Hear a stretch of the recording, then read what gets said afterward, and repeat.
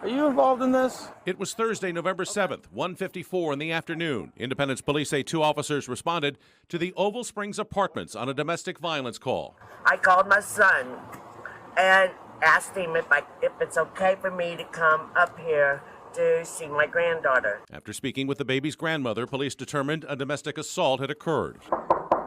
Officers knocked on the front door of the apartment with the Oval Springs apartment manager, who led officers inside. So can we come and talk about what's going on? Police say an officer found the mother holding an infant in a bedroom closet. What's your name? Can you come out here, please? Officers spoke to her for more than 11 minutes while she was holding the child. Are you okay? Are you hurt? Police say officers tried multiple times to convince her to let the baby go. Can we put the baby down, come out here and talk and figure out what's going on? They say she walked past the officers and sat on a bed next to a nightstand which concealed a large knife. Officers asked her to stay where she was. Go. Whoa! She took out the large kitchen knife and charged at the officers while holding the child. And that's when an officer opened fire, hitting and killing the mother and the baby. Again, Independence Police released an edited video with no opportunity for questions. We were only able to show you just the video that police gave us. A vigil, a funeral, but no details on how a baby died during an officer-involved shooting in Independence. It's been 2 weeks since an officer opened fire inside an Independence apartment, leaving a woman and a 2-month-old dead. I cannot speak to and will not speak to the specifics of the investigation. Or any investigation. Why is the body cam footage not being released? Like, why? Give my family some peace. Officers encountered a female who ultimately was armed with a knife, and as a result of that encounter, it resulted in 2 fatalities, one to the armed female and one to a child. 2 people are dead in an officer-involved shooting, and Fox 4 has learned now it was a 4-month-old baby and her mother. And why police may have shot a woman holding a baby. From our side and the Independence Police Department, it also affects our personnel. Obviously, there is an emotional and massive toll on our Independence family, our community, anytime we have incidents like this that occur. The cops showed up and there's shots, and then I saw the baby getting carried out with blood everywhere. I just seen all the police come in. I come outside.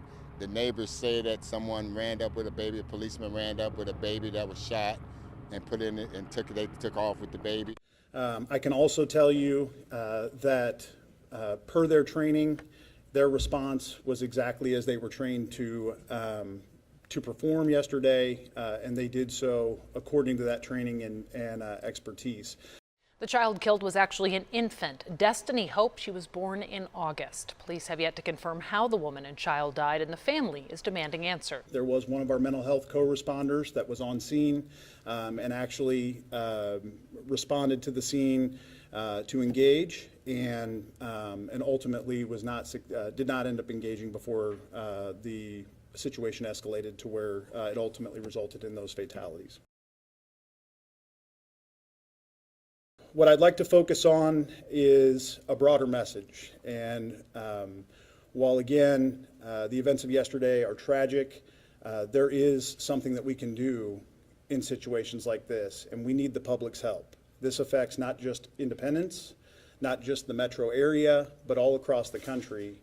We are seeing large numbers of incidents where we have juveniles that are armed with guns that end in violence, leading to a police officer-involved shooting, leaving a mother and infant dead. We have people with substance abuse issues, mental health crises that end in violence or accidents, and we need help. And she says what we know is that officers fired their weapons. And when we all come together as a community and look out for one another, there's a higher likelihood that we can prevent things like this from ever happening. The officer's going to be bringing the baby out. It's a gunshot wound to the chest. The police run down the parking lot with a baby in their arm, bleeding and stuff. Neighbors say one officer rushed the infant to the hospital. They did not want to wait for an ambulance. Both died from their wounds. To aid in that endeavor, I'm going to show you a public service announcement that we have put out previously, and my hope is that you all can help us amplify that message across our community.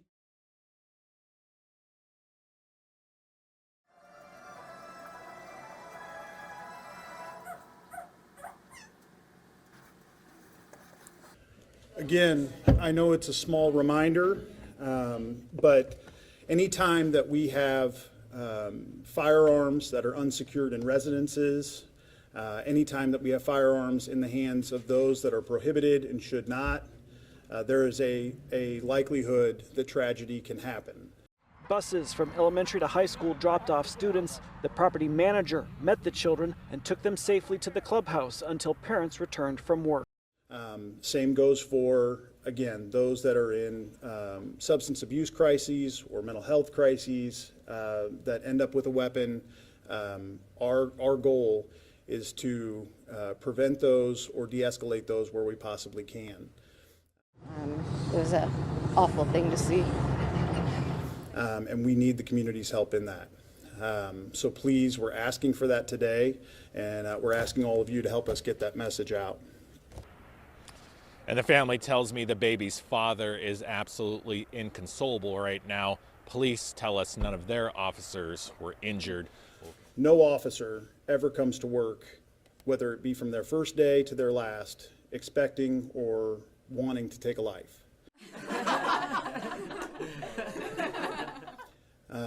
Unfortunately, sometimes through the course of our duties and the things that we are called to, those split-second decisions are made, and that tragedy occurs. Nearly 300 families live in this apartment complex. But I will tell you that there is a heavy burden that comes with that. But I will tell you, as the chief of this department and the tragedies that we have incurred, there is only so much that we can take. She says things became heated between her and her granddaughter's mother. That's when she called police over to the residence. But she says once they arrived, that's when things took a violent turn. And then the other thing, you mentioned it was a child, but we've been told by lots of people there it was more than, it was an infant, a baby, maybe no more than a few months old. Can you confirm that information as well? I cannot confirm any of that. I'm not going to identify or get into any sort of ages or anything like that. That will be as the investigation tolls. And most of that is just out of respect for the family and notifications. I know that the information is out there, and many of you have spoken to members of or supposed members of family. But I don't have that information as it's being investigated by the PIT team, which I'll go into that. I'm not going to give you any identifiers of the officer at this time, other than to say they are a long tenured veteran of law enforcement. And there was one officer that fired. However, there were multiple officers, as you all reported yesterday, that responded immediately to that scene, and all of them are affected, along with the fire department personnel, the AMR personnel that responded to that scene, our dispatchers that took the initial call and then monitored and coordinated that call for service. Obviously the PIT investigators, anyone that had any sort of involvement in an incident like this is affected, obviously. How many officers total are on leave? 3. And that's including the one officer? That is including the one, yes. Okay, and so the 2 persons who passed away, what were their causes of death? They were, I can't speak to their official causes of death, as that will come from that'll come from autopsy and confirmation as the investigation goes on. So I don't have that information. That'll come from the investigation as far as the PIT team. I will just tell you that as a result of that incident, 2 individuals are deceased, one being the female armed with the knife that I mentioned earlier, and a child. So you asked about the PIT. Hold on, let me explain that for you. This is still a very emotional time for Mitchell Holder. It's been almost 3 weeks since he says police shot and killed his daughter and girlfriend. Independence police and investigators have not said how the 2 died, but that Maria Pike had a knife and an officer fired their weapon. Mitchell is still living in the apartment where his girlfriend and daughter died. He showed us around that space today. This is where the scene is. Mitchell Holder has cleared out his daughter's belongings from their home, but her memory is fresh in his mind. Baby crib was in here, like right here. Destiny was his first daughter. It was very much difficult, but a lot of happiness. In one moment, that changed. My exact words was, "You killed her." Mitchell walked us around the room where they spent their final moments together, Investigators took out the carpet covered in blood, but some evidence remains. That was the first shot right there. 2 bullet holes decorate the walls of their bedroom, now an empty space like his heart. Why not go public when these investigations are complete? Because we don't want to jeopardize the investigation and where that leads. First off, yeah, I don't have any problem once it's completed coming back and having a press conference and we can discuss the events surrounding it. It won't happen until that is done. I don't have an issue with that, to go back and address that after the fact. 3 weeks after the fact, and few details have been shared about a police shooting in Independence that left a mother and her baby dead. I'm Lauren Halifax. I'm John Holt. 34-year-old Maria Pike and her daughter Destiny died November 7th when police responded to a domestic disturbance. And for the first time, the mother's family is sharing her story. Fox 4's Hannah King joins us now after speaking to Maria's twin. Well, Nina says Maria, who she calls Masha, was, quote, very talented and very loving. She shared that a number of moms experience postpartum issues, and Maria was just doing her best to help her symptoms. You mentioned that you had a mental health professional that was at the scene. What is the protocol there? Because it sounds like potentially the best case scenario would be for the mental health or somebody who's CIT trained to be able to de-escalate the situation before it gets to where this happened, but that didn't happen. It was the reverse of that. And again, how many of your officers have gone through that 40-hour training? We have a majority. In fact, depending on the police academy that they attend, it's included in the academy. So they attend that 40-hour basic CIT program, depending on the academy. Not all academies do that, but we have a vast majority of our officers that are CIT trained. I will tell you, I will clarify what you said as far as it seems like the right call would be to de-escalate, and I would push back on that a little bit to say in a normal static environment where there's not a weapon present, I would agree with that, and that's what we do. But I will also tell you that there were de-escalation attempts yesterday, and that involved 2. But this is the co-responder that is here is a mental health professional that is embedded, one of 2 that are embedded with our police department from an outside mental health agency, and they are not trained nor armed individuals to encounter somebody that is armed. So that would not be. I'll get to you here in just a second. That would not be normal nor acceptable. Our job, obviously, we have a responsibility to protect them as well. So we try to do that as much as possible, but that also is situationally dependent. Go ahead.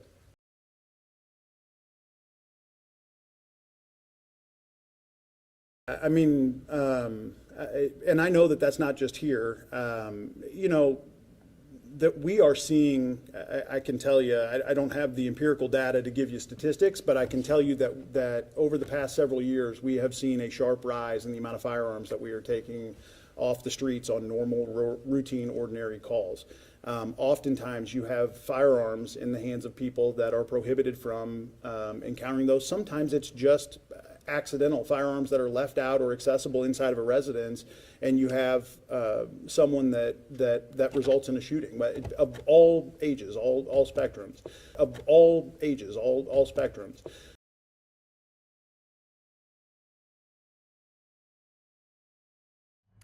And there are free mental health services here at the apartment complex Clubhouse tomorrow from 9 a.m. until noon, and then again from 5 p.m. until 8 p.m. They're available in part because a lot of people who live here saw a police officer taking the fatally injured baby to his car. That's preventable. That's a preventable death. It's a preventable injury. And so where we can amplify that message of prevention and safe and responsible ownership, and you know, that's important.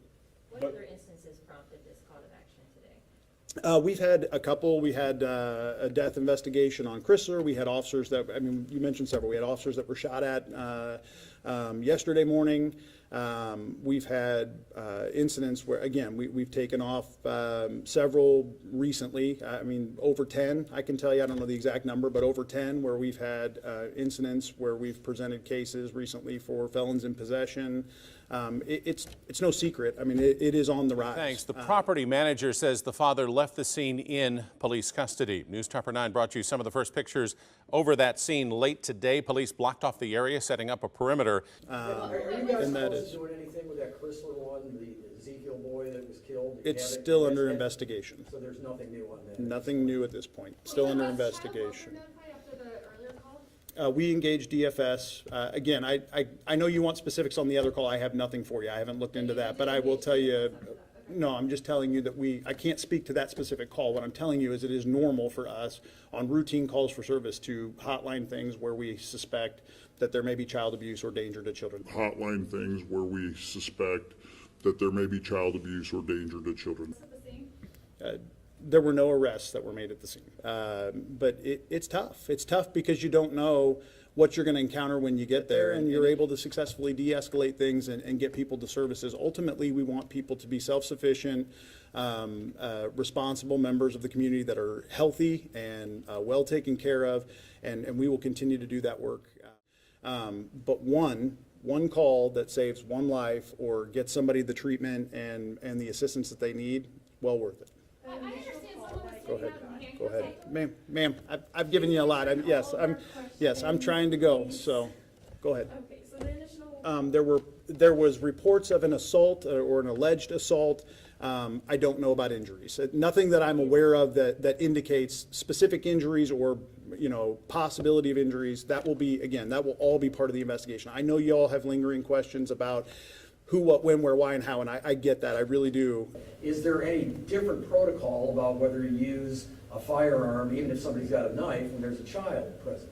The protocol remains the same regardless of who's present. It's no different than what the law requires, which is if there is imminent threat of death or serious bodily injury to anyone else or themselves, that is an evaluation factor. So as far as the information, as far as that officer receiving CIT training, I don't have that for you at this time.